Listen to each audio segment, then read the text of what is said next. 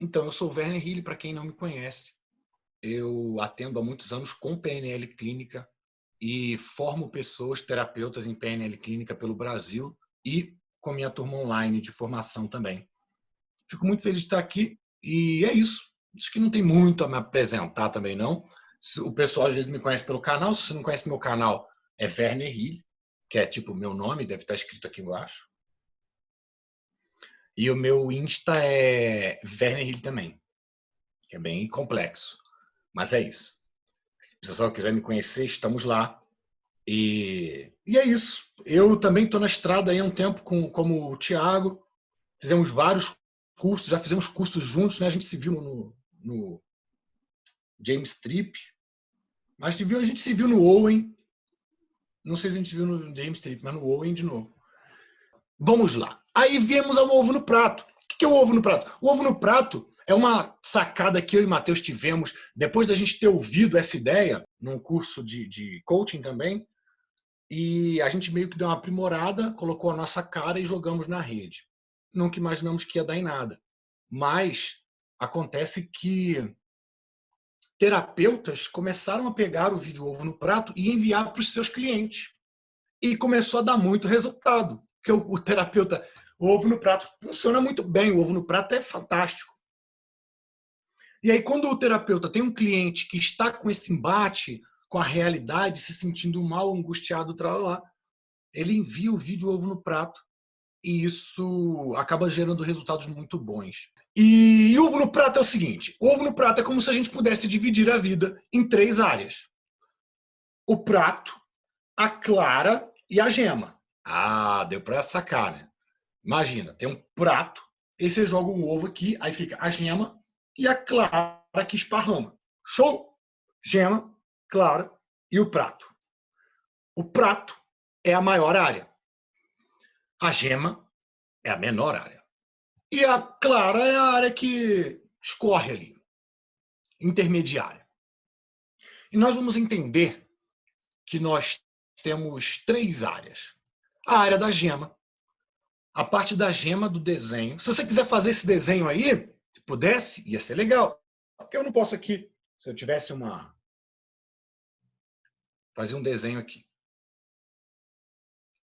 Mas eu posso compartilhar a tela. Mas a gema é a menor parte. E nessa parte está a nossa área de ação. O que é a nossa área de ação? É o que a gente pode fazer. É simples quanto isso. Então, na menor área está o que a gente pode fazer.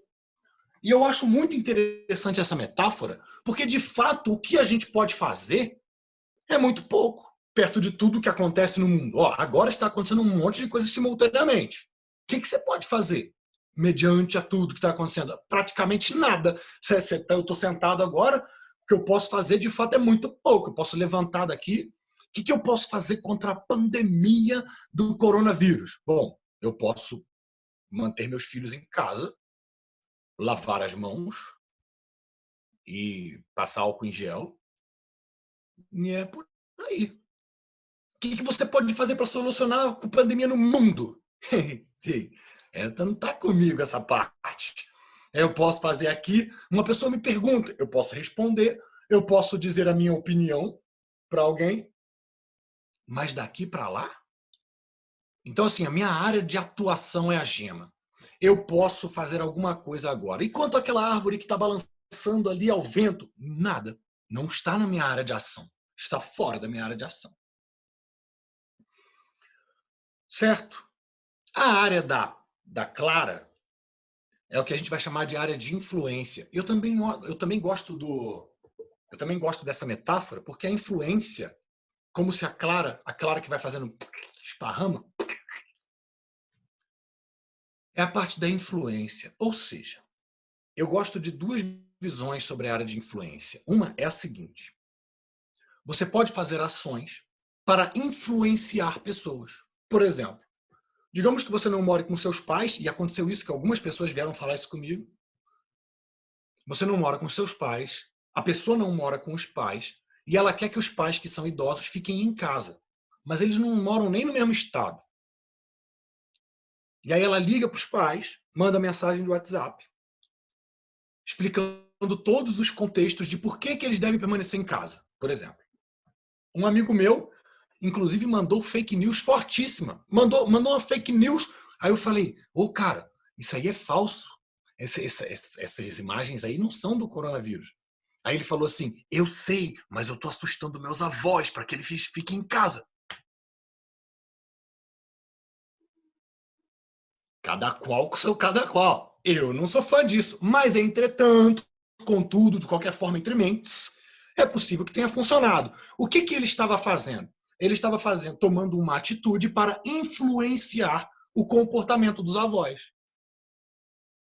Pode ser que dê certo. Pode ser que não dê certo. Mas o que estava no campo de ação dele?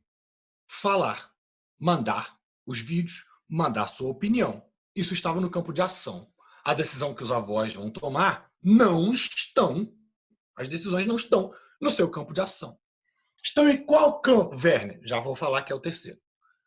Então, a influência, você pode tomar atitude para influenciar outros. Mas essa não é o melhor entendimento que eu tenho da área de influência. A área de influência é tudo que a sua ação tende a afetar. Concorda? Toda a minha ação tem um propósito. Eu vou para algum lugar. E aí, a minha ação deseja influenciar algo. Então, por que eu botei água no copo? Por que eu botei o copo embaixo da torneira? Para encher o meu copo de água. Então, eu queria influenciar o enchimento do meu copo. O copo tinha um furo e não encheu. Não encheu. A influência que eu queria que acontecesse na realidade da minha ação não funcionou.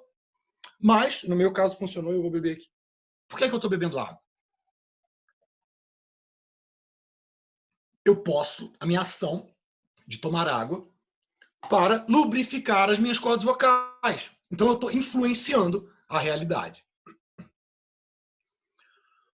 O que acontece fora dessas duas áreas é a área do prato, que nós vamos chamar de área de aceitação. Por que é a maior área? Porque tudo que você não pode fazer e influenciar está na área de aceitação. Então, eu ainda acho que a área de aceitação não devia ser um prato. Devia ser o resto. Ou seja, digamos que eu mandei uma mensagem para minha avó para influenciar que ela ficasse em casa. Digamos que ela, mesmo assim, saiu de casa. Vai para qual área? O fato dela ter saído de casa vai diretamente para a aceitação. Porque não há nada que você possa fazer para voltar no tempo e fazer com que ela não tenha saído de casa e conversado com todos os seus vizinhos. Não há nada. Ainda não inventaram a máquina do tempo e eu tenho dificuldades em acreditar que eles vão conseguir inventar a máquina do tempo. Então, a minha avó saiu de casa e conversou com os vizinhos. A aceitação vai para o prato. Porque não há mais nada que esteja nem no campo de ação, nem no de influência, que eu possa fazer para que esse fato seja desfeito. Não tem. Agora, imagina um outro cenário. Digamos que eu mandei uma mensagem para minha avó para influenciar que ela ficasse em casa e ela ficou. Vai para onde o fato dela ter ficado? Vai para o prato também. Porque qualquer coisa que já tenha acontecido vai para o prato. A não ser quando você tiver acesso à máquina do tempo e puder voltar no tempo. Olha que legal. Isso daqui pode ser aplicado em simplesmente qualquer coisa na sua vida. Então, eu consegui, nas coisas práticas, nas coisas que são atividades, eu consigo facilmente colocar na área de aceitação. Porque a melhor área para você tratar aqui, de início, é a aceitação. Porque quando as coisas vão para a aceitação, você começa a sair do sofrimento. Normalmente, o sofrimento existe quando eu estou querendo levar a minha área de atuação para dentro do prato, que é onde estão as coisas de aceitação, independente do que for. Isso, Alessandro, Sandra, eu vou falar sobre isso. Aí, é importante, primariamente, você colocar as coisas no prato. Agora, eu consigo muito facilmente com coisas práticas. Por exemplo, certa vez eu cheguei aqui, minha mãe tinha me dado um violão quando eu tinha 15 anos. E era um violão, sabe, eu tinha um apego emocional com aquele violão.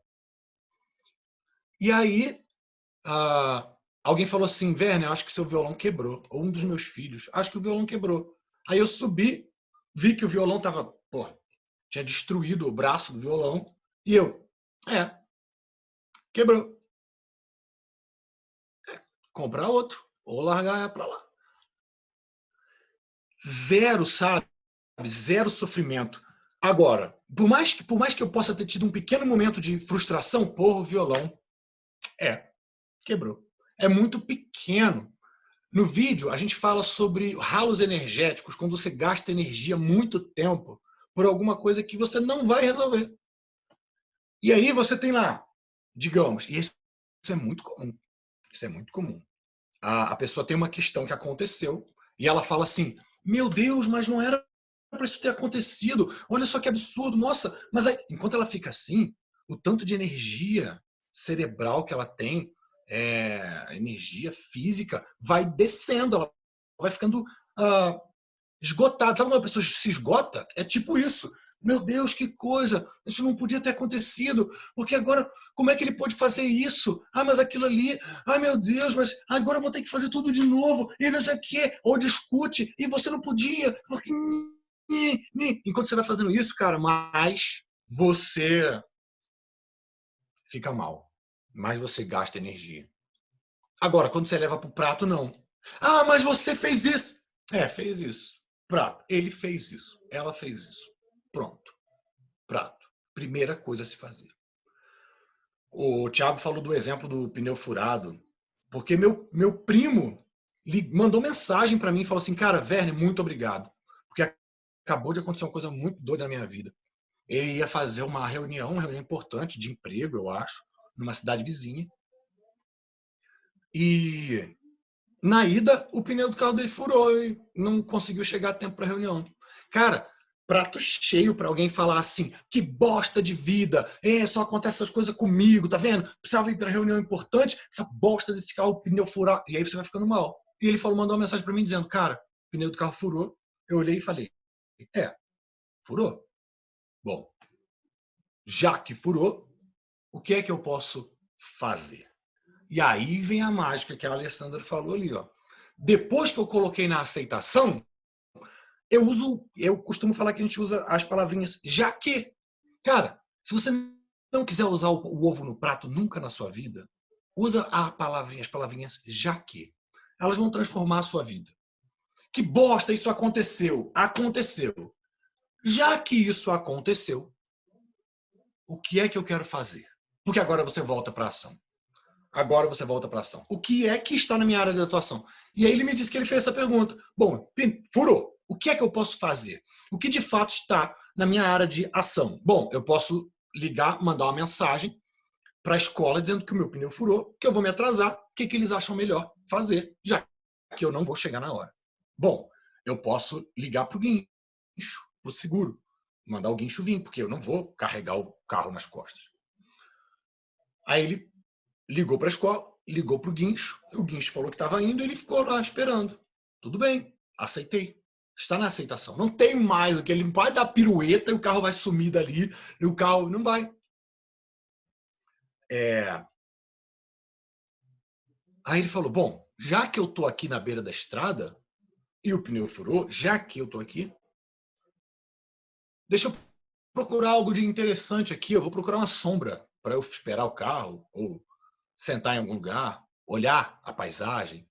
Aí ele falou que ele encontrou uma árvore, foi para baixo da árvore e era uma goiabeira. Aí ele falou, a fruta que eu mais gosto é goiaba. Aí achei extraordinário, porque ele conseguiu colher algumas goiabas e comer enquanto esperava o guincho. O que uma pessoa que não conhece o ovo no prato poderia simplesmente ficar praguejando, achando uma bosta de vida, que merda que aconteceu comigo. E aí o Guincho ia pegar, ele ia com o Guincho, ela falando pro Guincho também, que merda, cara, eu tinha uma reunião, essa bosta aconteceu aqui, olha só que... E aí, não. Bom, já que o Guincho está aí, o que eu posso fazer? Eu posso ligar, esperar e encontrar uma goiabeira para eu comer goiaba enquanto espero. Cara, é uma forma muito melhor de passar por um problema do que enchendo o saco, se enchendo a paciência a si mesmo. Então, no fundo, o ovo no prato é isso. De forma... o Thiago consegue mexer na minha parada. Que maneiro. Você passa pelo problema sem gastar energia desnecessária. Porque percebe? Digamos que essa energia foi caindo. Ai, meu Deus, o carro furou. Ai, agora eu perdi meu emprego. Ai, você pode fazer isso, ok? Mas o tempo vai passar igual. Não vai mudar. Você não vai voltar no passado. Você vai passar mal, nervoso, chateado ou tranquilo resolvendo as coisas. Das duas maneiras você vai passar, porque o carro não vai resolver sozinho. E não vai voltar no tempo e fazer com que ele não tenha furado os pneus. Então, é isso. Aí, olha só. Caramba, puxa, eu queria ir nessa reunião, furou o pneu. Estou gastando energia. Furou o pneu. Já que furou, o gasto de frustração aí foi muito pequeno. Então o ovo no prato ele tem o poder de fazer você se frustrar muito menos. O seu tempo de frustração é muito menor. Caramba, eu pedi para ele fazer aquilo, ele não fez. Não fez. Ponto. Prato. Aceitação. Ele não fez o que eu pedi. Já que ele não fez o que eu pedi, o que é que eu posso fazer? E volta pro ovo, volta para a gema, que são as poucas coisas que você de fato pode fazer. O que é que você pode fazer? Posso falar de novo? Mas eu falar de novo, você já falou antes. Não funcionou. Então, eu tenho falado disso há um tempo, quando eu for fazer o ovo no prato 2.0, eu vou incluir o TOTS. Se alguém não conhece o TOTS, também vai lá no meu canal e encontra o TOTS. Porque o TOTS é o seguinte, se você já fez uma coisa, ela não funcionou e ela foi pro prato, porque eu não... Né? Lembra, você faz uma coisa para influenciar. Pode dar certo a influência ou pode não dar. Que foi o caso simples que eu falei do copo. Eu quero encher o copo d'água. Botei, o copo está furado, logo, minha ação de influenciar o enchimento do copo não deu certo, eu troco de copo. É isso. Se eu botar o mesmo copo 10 mil vezes ele vai ficar furado. Então, toda vez que você voltar para a ação, para influenciar um acontecimento, normalmente você faz ações novas, diferentes, ações melhores. Porque se você voltar para o prato, se você voltar para a gema e fazer as mesmas coisas, você vai ficar aí na frustração e não funciona. Frustração e não funciona. Frustração e não funciona. É aquele caso comum. Né? Já falei com ele 10 mil vezes, ele não me entende. Não, você falou uma vez. Ele não entende essa. E você repetiu 9.999. Uma coisa que simplesmente não funciona. Então não adianta você voltar para o que você pode fazer e fazer a mesma coisa que você já fez, tentando influenciar um outro resultado. Faz sentido. Agora, independente se o resultado for positivo ou negativo, ambos vão para o prato. Por quê? Prato. É isso. Eu lembro que esses dias, uma pessoa... Eu engasguei, eu estava revendo um vídeo que eu postei agora, ontem, e aí no início do vídeo é um recorte de uma live minha. E aí eu engasguei com café com leite antes de entrar na live. E aí eu estava conversando com uma amiga minha no WhatsApp, falei, cara, eu engasguei tomando café com leite. Aí ela falou assim, então, respira, peraí, faz não sei o que lá para você, por conta da live, né? Para você não ficar nervoso. Aí eu, ficar nervoso? Eu não vou ficar nervoso porque eu engasguei. Nem se eu engasgasse no meio da live. Por que é que eu não fico nervoso caso eu vá engasgar, caso eu engasgue no meio da live, por conta do ovo no prato? Digamos que eu estou tomando minha água. E eu estou tomando minha água aqui. e eu engasgue. Engasguei. Cara, na hora, instantaneamente, vai pro prato. Cara, engasguei na live. Bom, já que eu engasguei na live, o que eu posso fazer? Então, se eu tiver engasguei na hora, eu automaticamente já faço esse mecanismo. Vai pro prato, cara, engasguei. Prato. E agora? Bom, eu posso dar um mute, tirar a câmera aqui, posso escrever, me aguardem 5 minutos. Na hora da live, eu posso falar, pessoal, engasguei, aguentem um pouquinho que eu já volto, saio, vou dar uma respirada. Mas isso são as coisas que eu posso fazer. Eu posso não ter engasgado? Não posso, é impossível. Eu não posso evitar que eu tenha engasgado. Então não tem como eu, Verne, ficar nervoso por conta disso. A Alessandra colocou aqui. Eu consigo ver a Alessandra aqui? Ah, a Alessandra está aqui. Muitas pessoas repetem as ações, mesmo sabendo que o resultado é ruim. Mesmo tendo ciência de que é ruim. É um exercício? Olha, tem uma coisa muito interessante que eu inventei e está no meu livro que vai sair na próxima década. Eu estou escrevendo um livro, um ensaio sobre o sofrimento humano, e na próxima década, certamente, eu vou terminar ele. E eu desenvolvi um termo que, para mim, chama justificação. Qual que é o termo justificação? É o que faz uma pessoa manter tomando um tipo de atitude, apesar do resultado externo não ser bom, não ser útil para ela. O que faz... Vamos lá, olha só que legal. Eita, eu adoro esse assunto, que é o tema do meu livro. O que faz uma pessoa manter atitudes que não funcionam? O que faz? É o processo de justificação. É o seguinte. O Marcel colocou ali, é tão simples que assusta quanto transforma. Cara, é extraordinário. É uma coisa, é uma ideia muito simples, por isso que eu falei, não imaginava que ia acontecer isso, mas que transforma, transforma. Ainda mais que eu não falei o processo por trás, né? O processo da PNL. Por que é que o ovo no prato transforma? Por que é que o ovo no prato me faz ficar melhor, mais tranquilo? Eu não expliquei isso ainda neurologicamente, mas posso explicar daqui a pouco. Deixa eu ver se tem tempo. Mas vamos lá. Por que algumas pessoas ainda continuam fazendo algumas coisas sabendo que o resultado é ruim? Porque nós, o ser humano, tem o intrínseco desejo de ter razão.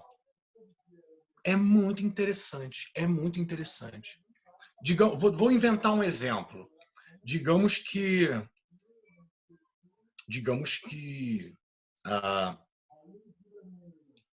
como é que eu posso dizer?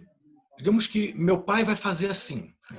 Vai ensinar o pai vai ensinar o filho a andar de bicicleta. E aí ele faz assim. É assim que se anda, ó. Vou tirar as rodinhas porque rodinhas não servem para nada. Ok? Vou botar você em cima da bicicleta. Vou te empurrar e você pedala. E equilibra. Aí ele põe a criança tomba. E ele fala, tem que ficar equilibrado. É assim que faz. Volta, vai, desequilibra. É assim que faz. Volta, vai, desequilibra. É assim que faz. Eu tô te falando, é assim que se aprende. Volta, vai, desequilibra. Por que é que ele não muda, percebendo que a criança não está se equilibrando? Porque é muito melhor a criança desequilibrar e cair 1000 vezes do que ele assumir que o que ele acredita que se deve fazer está errado. Faz sentido isso? É exatamente isso. Por isso uma pessoa repete a mesma coisa, mesmo tendo resultados diferentes. Esse processo eu chamo de processo de justificação. A pessoa se agarra a uma crença, e aí eu chamo essa crença de crença porco-espinho. Quanto mais ele abraça a crença, mais ele se machuca. Mas é um porco-espinho tão bonito. Por que eu vou largar ele? Mas quanto mais ele aperta, quanto mais ele abraça, mais machuca. E ele não solta o porco-espinho, porque o porco-espinho é bonito, é uma crença minha, e eu não vou largar. E aí eu até fiz um vídeo sobre isso, dizendo, o nome do vídeo não é porque uma crença é linda que ela não é estúpida.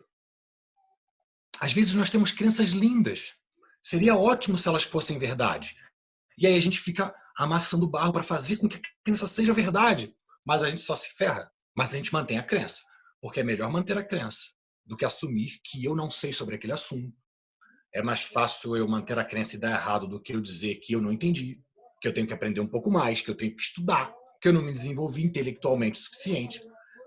Dificilmente as pessoas fazem isso. É muito mais fácil elas assumirem que têm razão, mesmo que o resultado dê sempre errado. Doideira, né?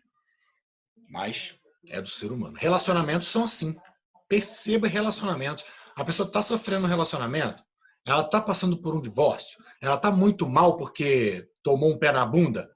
É esse o processo que está acontecendo. Ela não quer desfazer da crença absurda que ela tinha, apesar dela continuar sofrendo. É melhor sofrer. Já ouviu? Sofrer por amor. Não é sofrer por amor. Eu sofro porque eu mantenho a minha crença sobre amor, que continua me fazendo mal. E eu acredito que ela seja verdadeira. E aí eu continuo assumindo essa crença. E eu continuo sofrendo. É muito interessante esse processo de justificação. Porque eu estava certo. Eu estava certo, é isso mesmo. Então, não pode mexer. A pessoa é importante para as pessoas terem razão, estarem certas. E aí, um grande feito é quando a gente consegue ter a humildade o suficiente para assumir que nem sempre estamos certos, que é o primeiro pressuposto da PNL.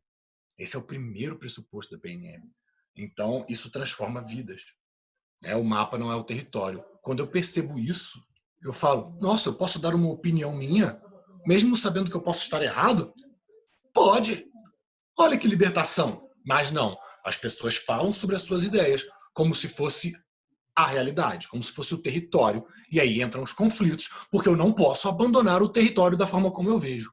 Isso é tão claro na nossa sociedade que Raul Seixas e Renato Russo falavam isso, né? Renato Russo fala assim: se o mundo é mesmo parecido com o que eu vejo, prefiro acreditar no mundo do meu jeito. Quer dizer, se o mundo é do jeito que está se mostrando para mim, eu prefiro viver numa ilusão. Isso. E aí, se ferrou. Vai se ferrar bastante. Porque por mais que a sua ilusão seja muito bonita, a realidade vem e te parte no meio. Show? E beleza? Alguém tem alguma pergunta? Manda uma pergunta sobre o que eu falei, onde a gente pode atuar, que mais que eu posso falar, porque o ovo no prato basicamente é a simplicidade junta. Dificuldade de aceitação. Dificuldade de aceitação. Cara, deixa eu pensar. Dificuldade de aceitação. Existem muitos mecanismos para ajudar a pessoa a aceitar alguma coisa. Agora, uma delas é pega o prato, desenha e escreve que está no prato. Está no prato. Ó, fala aí. Derramei o suco no sofá.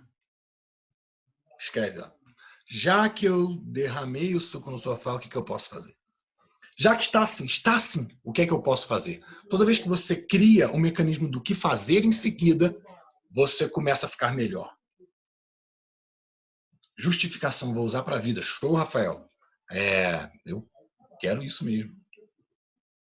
Qual o mecanismo que a mente faz para mudar a rota acostumada através do ovo no prato? Cara, aí, Fernanda, eu acho isso legal. Eu acho que aí, de fato, vai caber um pouquinho de prática. E eu já tinha conversado, não sei com quem foi, não sei se foi com o Thiago, acho que foi até com o Thiago, lá no grupo. Usar o ovo no prato em termos práticos é uma coisa. Usar o ovo no prato em questões emocionais não costuma ser muito simples, porque envolve a penca da crença. Vai ser um processo de questionamento da própria crença. Agora, caiu o prato no chão, quebrou. Eu estava almoçando, o prato caiu, a comida foi para tudo quanto é lado. Ovo no prato. Ai, vou limpar tudo. Já que caiu, eu vou limpar e faço outro prato. Tranquilo, é mais tranquilo. Agora, sei lá, envolve pessoas? Não é tão simples. Meu filho morreu. Morreu. Prato. Não funciona tão rápido assim. Não é tão simples quando envolvem pessoas, interessantemente. Mas por quê? E aí temos um monte de justificativa também. A Alessandra colocou ali, o início é a aceitação? Eu acredito que o início é a aceitação. O início é a aceitação. A Érica colocou como superar a justificação. Eu acho que essa conversa aqui é um bom princípio de como superar a justificação. Por quê? É um questionamento de crenças. Eu não acredito que todo mundo vai conseguir fazer isso sozinho. Ela vai superando à medida que o tempo vai passando, a realidade vai mostrando outras oportunidades para ela, e aí daqui a pouco ela tem uma crença melhor. Ou então ela não muda a crença, ela mantém a justificação e às vezes sofre até o fim da vida. É isso. Mas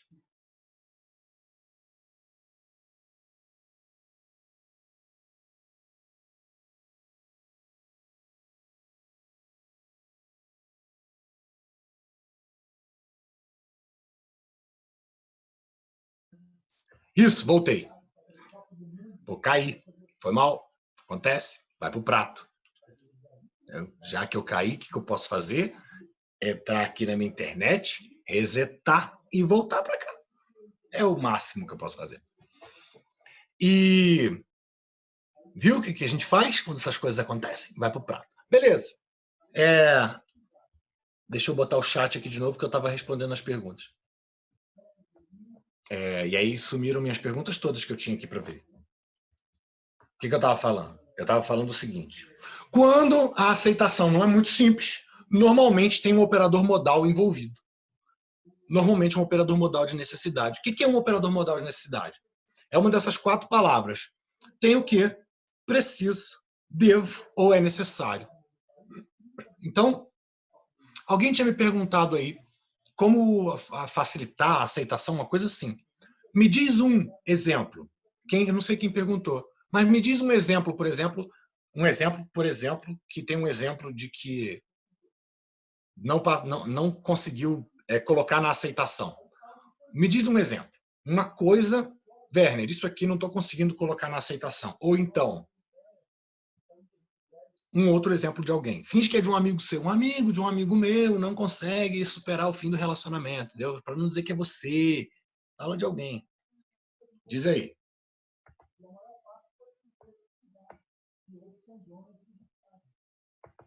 Não, todo mundo agora... tem uma paciente que perdeu dinheiro no relacionamento. Veja, para eu sofrer... Vou falar uma frase agora muito interessante, totalmente redundante e muito, muito interessante. Vocês podem questionar à vontade, ok? Porque ela é falsa em algum contexto. Para sofrer, eu preciso de um operador modal de necessidade. Anotem isso. Para sofrer, eu preciso de um operador modal de necessidade. E preciso é um operador modal de necessidade. Essa frase é muito legal. Mas, para sofrer, eu preciso de um operador modal de necessidade. Vamos lá. Tem uma paciente que perdeu dinheiro no relacionamento. E entendo que ela está sofrendo por isso. Certo?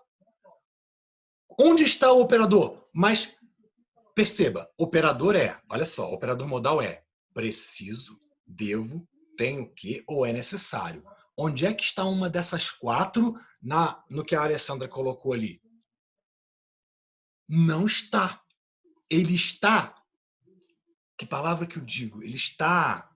Sabe aquela quando está subentendido? Está... é isso. Deixa eu ver se alguém me ajuda com essa palavra aí. Ele está subentendido. Então, veja bem. Para ela sofrer, ela precisava achar que ela não podia perder o dinheiro.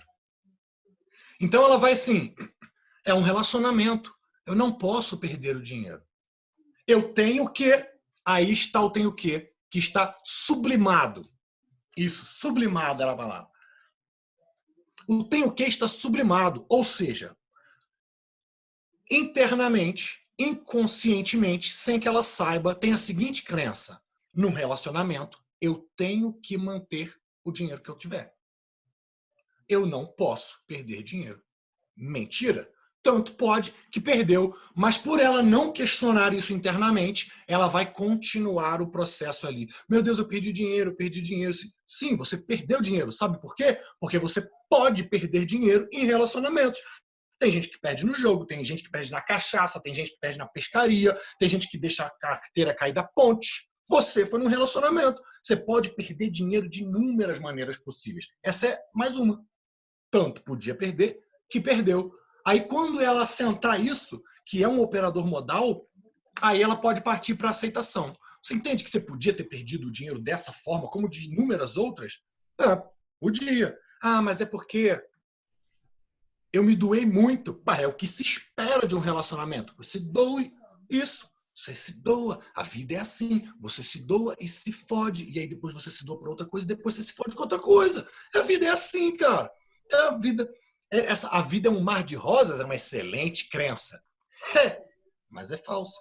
Então, assim, você vai buscar um relacionamento até que seja aquele que você vai ficar por mais tempo. Nesse, te deu problemas, dor de cabeça, perdeu dinheiro, e agora? E agora? O que é que você pode fazer, já que perdeu dinheiro nesse último? Bom, ela entendeu, tirou o operador modal, botou na aceitação, nós vamos para a ação. Ricardo colocou aqui. Não pode usar o ovo no prato como muletas, mas como superação. Não, pode superar com muletas, mas como superação é algo sensacional. Depois de assistir a aula, entendo que aqui em casa usamos muito ovo no prato, mas em alguns casos preciso colocar atenção. Cara, sim, o ovo no prato já é uma coisa que nós costumamos fazer. Quem lida muito bem com frustrações já usa o ovo no prato, que é um processo neurológico. Agora, muito legal você falar isso, não usar como muleta. E tem até uma outra parada que eu queria falar, que é o seguinte.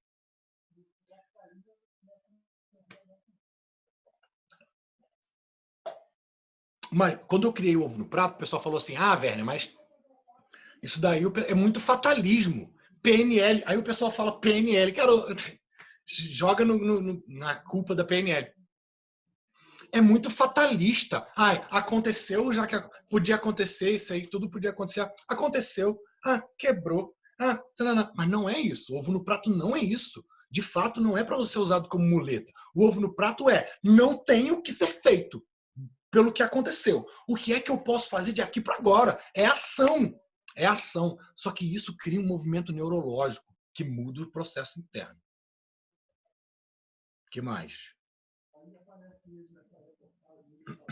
Uma amiga diz que não está feliz, porém acredita que ela está sendo egoísta. Mas aí tem muito outro tema muito louco aí. Aí eu acho que já é uma outra questão. Acredita que está sendo egoísta. Egoístas não podem ser felizes? Seja egoísta e feliz simultaneamente. Se alguém quiser fazer uma pergunta, levanta a mão aí que o Thiago libera. Deixa eu falar então um pouco sobre a parte mecânica por trás do ovo no prato.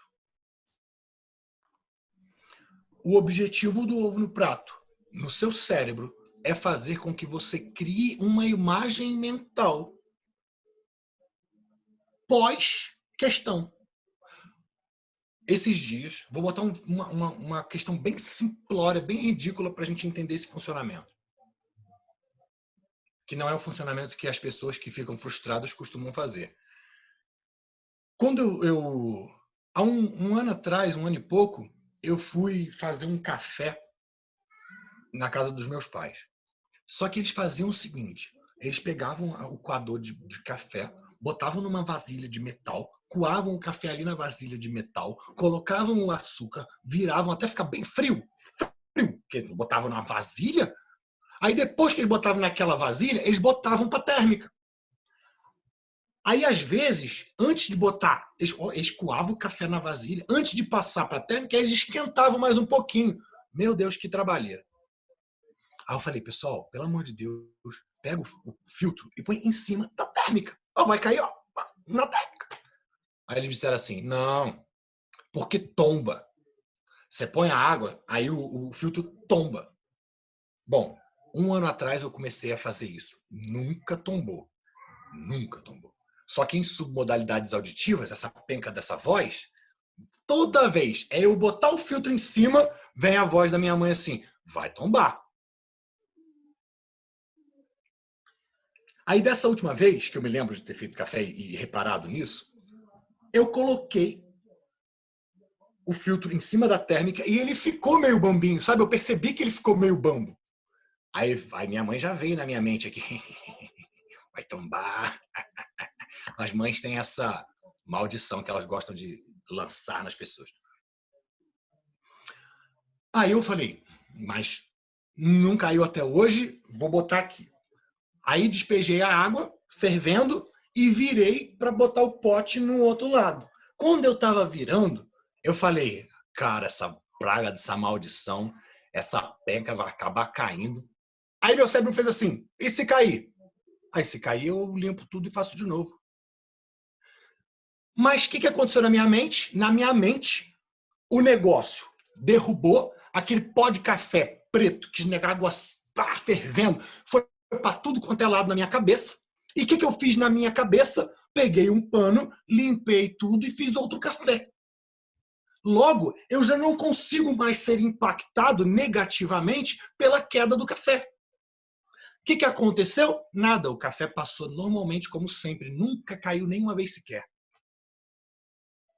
Mas, se tivesse caído, não teria aquele momento de frustração. Por que não? Porque eu criei um processo. É isso. É isso. Eu criei um processo de como eu vou fazer depois de acontecer. Vou colocar esse contexto agora no carro que furou o pneu. Digamos, ele está indo feliz da vida. Que cena que ele tem na mente dele? Reunião, emprego novo, pô, vou conhecer um pessoal, gente boa. Puf, furou o pneu. O que aconteceu com toda aquela cena bonita dele encontrando as pessoas e conseguindo um emprego novo? Em submodalidade, sumiu. O que veio agora? Ele perdendo o emprego? O que veio? Veio um monte de outras imagens e cenas. Se ele não criar uma pós-cena, é um pós-crédito dos Vingadores, se ele não criar uma cena pós-créditos, ele vai ficar imerso na única que ele criou, que foi perdendo o emprego e sendo mal visto pelos outros professores porque ele não chegou na reunião. Se ele criar essas duas cenas, perde o emprego, é mal visto, como ele vai ficar? Meu Deus, caraca, meu Deus, vou perder meu emprego. Caramba, esse carro não podia ter falhado agora, cara. Era a oportunidade da minha vida. Eu ia ser promovido, cara. Por quê? Que ele está imerso nessas cenas. O ovo no prato, pluft, ultrapassa essas cenas. Se você não quiser fazer o ovo no prato, não importa. O que importa é que você faça essas cenas. Isso funciona para basicamente qualquer coisa. Se você me disser aqui, se você disser provavelmente, o Marcel falou, limpei cantarolando. Eu já vou limpar tranquilo. Qualquer coisa, cara. Mas eu também já estou fazendo isso para a morte dos meus pais, dos meus filhos e qualquer outro parente. Porque eu posso. Eu posso. Tá rolando um meme aí. Vocês estão vendo um meme que o cara, na hora que acontece um problema, aparece um pessoal carregando os caixão? Meu, como eu rio disso, cara. Tem um cara que eu entro no status dele só pra ver isso. Muito bom, muito bom. Aí, eu não sei por que cargas d'água, isso apareceu no meu Google Assistant aqui. Descubra o não sei o que por trás do meme. Aí eu entrei. E existe uma sociedade, acho que até mais de uma, onde a morte não é vista como uma tragédia, e sim um momento de confraternização e alegria. Porra, ótimo! Se eles podem fazer isso, alguém mais pode, cara. Achei genial eles terem colocado isso em pauta, em voga, porque, cara, a gente criou esse negócio de tristeza no velório. Nós criamos isso. É uma criação social. Tanto que eles não têm. E aí? Todo mundo dançando, batendo as paradas lá. E aí? Todo mundo dançando. E nós aqui, não consigo tirar o luto. Nós somos uns boçais. E porra, socialmente criamos um processo. Como fazer para ficar triste em diversos momentos da nossa vida? Então, assim, eu já criei, ok? Eu vou criar sim. Vou criar. O Thiago Santoli colocou ali, ó. Meu pai quer festa no velório dele. Eu prometi que vou fazer com samba e cerveja. E ponto final, cara. É isso mesmo. música, dança, churrasco, é isso que eu quero. Você vai festejar a minha vida, maluco, e não pesar a minha morte. Porra, eu vivi 80, 90 anos, morri um dia só, festejo o resto. Porra, assim, tô viajando já aqui falando minha opinião sobre a morte. Se vocês querem mudar a opinião de vocês sobre a morte, assista o filme Patch Adams, O Amor é Contagioso. O discurso final dele é extraordinário e eu estive com o Patch Adams no Rio de Janeiro e tive a oportunidade de conversar com ele em inglês e gostei muito. É uma parada que eu vou guardar na minha cabeça para sempre, até sofrer uma lobotomia e esquecer tudo com Alzheimer. Mas eu vou lembrar disso porque foi muito legal. E então essa frase final dele fala, cara, nós passamos pela morte igual passamos pela puberdade. Todo mundo vai passar. Por que essa penca não pode ser vista com leveza, naturalidade e até com humor? Então, assim, essa frase me marcou e eu acho isso. Agora, eu crio mentalmente como eu vou fazer para lidar com a morte dos meus pais. Como eu vou fazer? Algumas pessoas já criam uma tela mental, e talvez muitos de vocês estão assistindo, criam uma tela mental dele sozinho no quarto, chorando, triste, não indo trabalhar.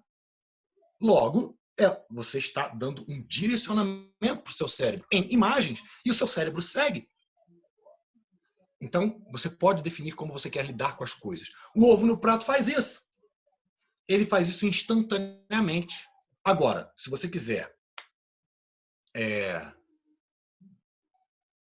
se você quiser criar esses processos para muitas coisas na sua vida, melhor. Eu ainda diria o seguinte, quer ver? Se alguém me disser assim, eu tenho medo de...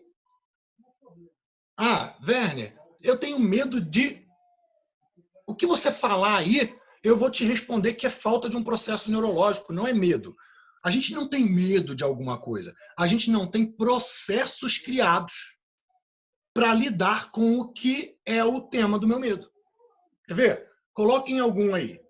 Algum de vocês tem algum tipo de medo? Ah, eu tenho medo de falar em público. Ah, eu tenho medo de... tenho medo de não sei o que lá. Diz um aí. A Josemara colocou ali, palhaço. Eu tenho medo de palhaço. Para mim, neurolinguista, o que ela está dizendo? Werner, eu não tenho um processo neurológico para lidar com um palhaço caso ele apareça. É isso. Não tem medo. Ela só tem um processo que não é bom. O processo que ela faz hoje, quando encontra um palhaço, o processo que ela tem hoje é um processo. É o processo que ela segue. Qual que é o outro processo melhor do que esse? Não tem. Então nós chamamos de medo. Desafio explicar isso para um pai ou uma mãe que enterra um filho. Certamente, ainda mais na nossa cultura. Completamente complicado, certeza. Não vai ser fácil, não. Certamente que não. Acredito que vai ser interessante um processo bastante aprofundado aí de mudança interna. Eu acho que nem comigo, inclusive. Eu certamente não vou passar muito bem, não. Mas mesmo assim, vou passar melhor do que muita gente. Sem dúvida. Mas que eu não vou sair comemorando e soltando fogos, não vou, não. Beleza? Não, mas peraí, eu quero fazer uma parada. A Josemara falou de palhaço. Josemara, como você lidaria com palhaços caso não tivesse medo? Escreve aí pra mim. Se você não tivesse medo, um universo paralelo, como você ia lidar caso um palhaço aparecesse? O que você ia fazer? Como você ia pensar? O que você ia sentir? Caso não tivesse medo.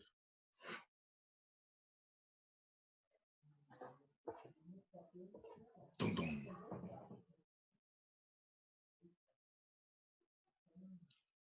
Pode falar, Josemara, se você quiser abrir o áudio. Oi, Werner, tá me ouvindo? Oi. E aí, tô. Difícil pensar. Na verdade, assim, eu consigo enxergar tudo isso porque essa construção veio para mim através de um filme de terror, na verdade. Por isso, não são todos os palhaços que me amedrontam, mas foi vinculado... Só os muito feios. Mas ele foi vinculado na época com uma história de um serial killer que eu acabei lendo, eu devia ser adolescente nesse período, e ele usava essa fantasia de palhaço para poder matar crianças. entende? Então, assim, isso ficou muito forte na minha mente na época. Uhum. E aí depois os filmes de palhaço que foram criando vieram palhaços do mal, assim, e nunca foi uma figura que me agradou muito. Eu acho que é por conta, eu penso mesmo que é por conta disso, né? Olhando agora aqui o desenho que eu venho criando dele, foi uma coisa que tá na minha mente há muito tempo, né? O que eu já tentei fazer, por exemplo, festa de crianças. Tenho 3 filhos, na época que a gente chamava trenzinho essas coisas, era conseguir enfrentar a ideia de que teria um palhaço ali comigo e seria divertido, né? Que meus filhos iam ficar felizes com aquilo, porque ele faz palhaçada, ele faz todo mundo rir, ele é engraçado, enfim. Tentar construir essa visão mais positiva aí. E é uma coisa que eu venho tentando desde então. Mas não é um processo fácil para mim ainda. Então, olha só que interessante. Fica aí com o áudio ligado. Mas para todo mundo, usando esse exemplo, olha só que interessante. Percebe o que a Josemara falou? Eu falei que ela não tinha um processo diferente do antigo. E ela mandou para mim assim, caraca, tô tentando imaginar e não, não, é muito complexo. Agora, a questão é essa. Quando uma pessoa fala assim, Werner, eu tenho fobia de barata, não tem. O que ela não tem de verdade é um processo para lidar com as baratas. Ela só tem um mesmo processo, que é o olhar, sentir medo, correr e gritar. Esse é o processo que ela usa. Então ela só está nominalizando o processo. Que é por isso que nominalizações vêm daí. Medo vem do verbo temer. Como eu faço para temer? Eu crio um processo na minha mente onde eu só me sinto mal e corro. Faz sentido. Então nós chamamos isso de medo. Mas o que existe é que eu crio um processo específico para isso. E eu não tenho outro. Mas vou pedir para você fazer um outro processo de visualização. Josemara, eu posso chamar de Josemara mesmo? Eu chamo de Jo? Abre o microfone dela, Thiago.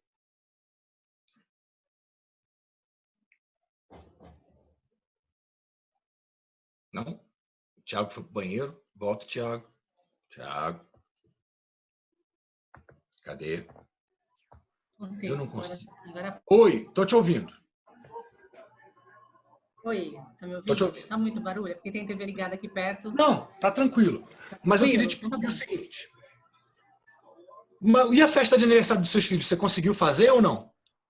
Consegui, toda vez que precisava, assim, que eles me pediam, enrolava o trenzinho, tudo certinho, eu já esperava que ia aparecer um fofão, um palhaço daquelas máscaras horrorosas mesmo, enfim, estava tudo bem. Então, eu respirava fundo e tentava imaginar esse momento como uma coisa divertida, não como um palhaço macabro que matava criança, entendeu? E aí a coisa ia. Mas te falar assim, que meu coração não disparava é mentira. E como você gostaria que fosse? Ai, fosse mais natural, né? Porque eu vejo um palhaço no circo, por exemplo, eu me lembro na minha infância, antes de eu saber dessa história desse serial killer aí, que eu gostava de ir ao circo, eu gostava de ver o palhaço, eu achava muito engraçado as coisas que eles faziam. Então era... Com quantos anos você tinha quando você gostava? Devia ser uns 5, 6, mais ou menos. Como seria se você visse um palhaço hoje da forma como você via aos 5, 6 anos? Seria mais tranquilo. Consegue imaginar? Não esperaria nada de ruim vindo dele. Exato. Como seria imaginar esses palhaços da festa das crianças, fofão e tudo mais, mesmo que eles fossem bem feios? Dessa forma como você falou agora, sabendo que de forma natural. Tranquilo. Ia fluir melhor, sei lá. Não ia sentir batedeira, enfim. Não ia sentir medo, sei lá. Ótimo. E aí, imaginou isso na sua mente? Tipo na festa dos seus filhos? Sim. E como é saber que você pode, na sua mente, ver a festa dos seus filhos com um palhaço dessa forma natural, sem bater forte o coração? É bom. Quando na próxima vez que você vê um palhaço, você ficar desse jeito, tranquila, natural, o quanto você vai ficar surpresa?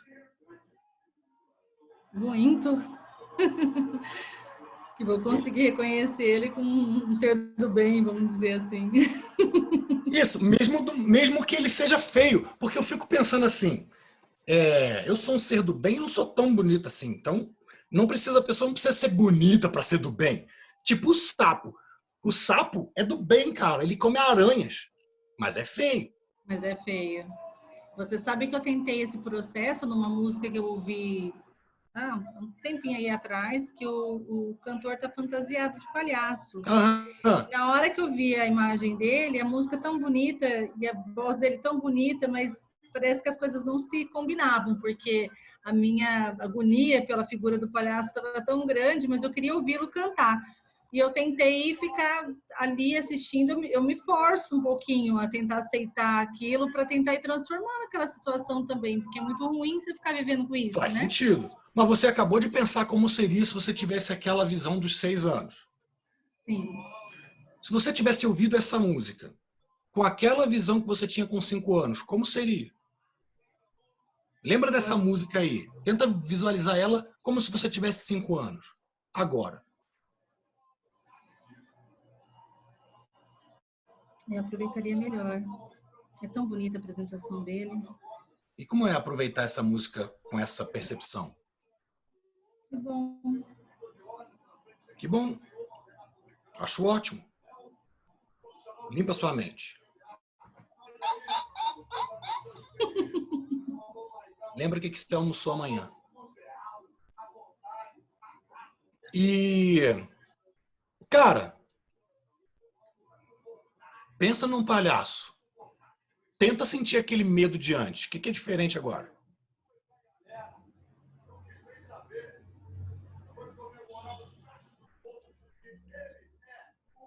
Estou tentando juntar todas as imagens aí de palhaço que vem na minha mente Pode tentar.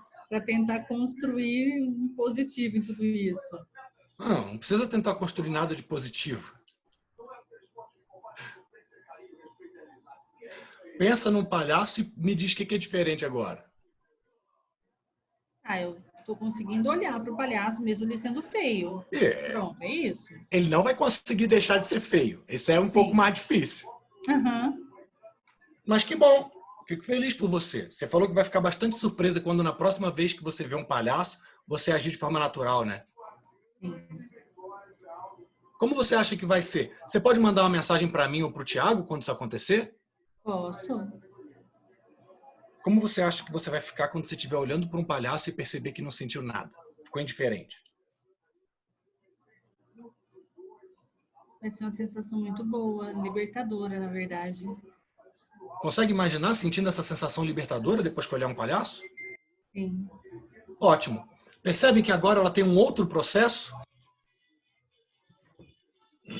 Uma coisa é eu olhar para o palhaço de um jeito ruim. Outra coisa é eu olhar para o palhaço como uma criança de 5 anos. Como eu gostava, de uma forma natural, de uma forma mesmo sendo feia, eu ficar natural, tranquila. E ela ainda falou ali que vai sentir uma sensação, qual foi que você falou?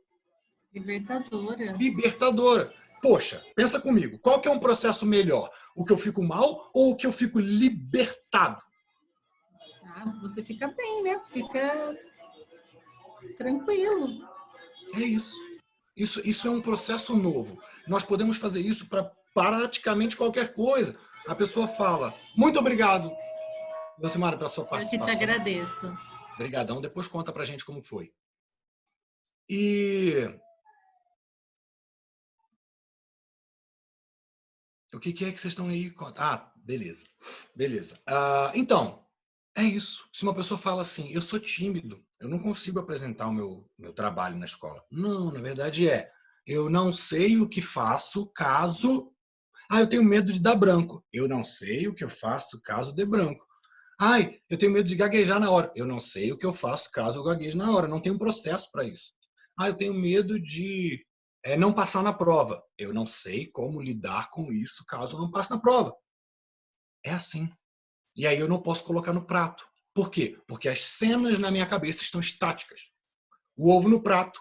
No fim, o que ele quer fazer é te dar a opção de criar uma nova imagem, uma nova cena pós aquilo, que te permita continuar o processo, em vez de ficar preso nas imagens antigas. Muitos dos sofrimentos são... Por isso que muitos dos sofrimentos são resolvidos com submodalidade, porque muitos deles são a nossa o nosso apego, o nosso prendimento a imagens antigas. É bem por aí. O Thiago curou uma fobia de anão. Show de bola! Show de bola! É isso mesmo. Se vocês quiserem curar fobias, tem uma pergunta curadora de fobias, que é assim. Como seria se você fosse indiferente a isso? É o mesmo processo.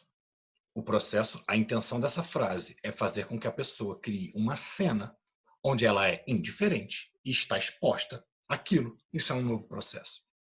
Tudo que eu faço para resolver uma fobia é para que a pessoa me responda exatamente isso. Para que ela faça exatamente isso. Como seria se você fosse indiferente a X? Indiferente, eu inventei. Você pode colocar qualquer coisa, principalmente se você perguntar à pessoa. O Thiago deve ter gravado, eu fiz isso 2 vezes, pelo menos, com a Josemara. Seria... Poxa, na minha infância eu lidava com isso muito bem, eu gostava. Como seria se você visse como na sua infância? Eu queria que fosse natural. Como seria se fosse natural? O que eu quero é que ela crie uma imagem, uma cena, onde ela está natural e vê. Onde ela está com 5 anos e vê. Onde ela está tranquila e vê. Onde ela está libertada e vê.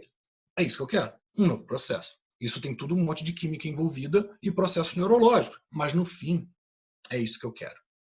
Show de bola! Se alguém tem alguma fobia aí, não precisa me falar, porque eu não vou ter tempo agora. Mas responda isso com cenas na sua cabeça. Como seria se você fosse indiferente a isso? Crie essa cena na sua cabeça e depois me fala. Beleza? Pessoal, vou precisar me despedir. Eu sei que a dor do parto é difícil, complicada, mas terei de partir. E, Thiago, volta aí.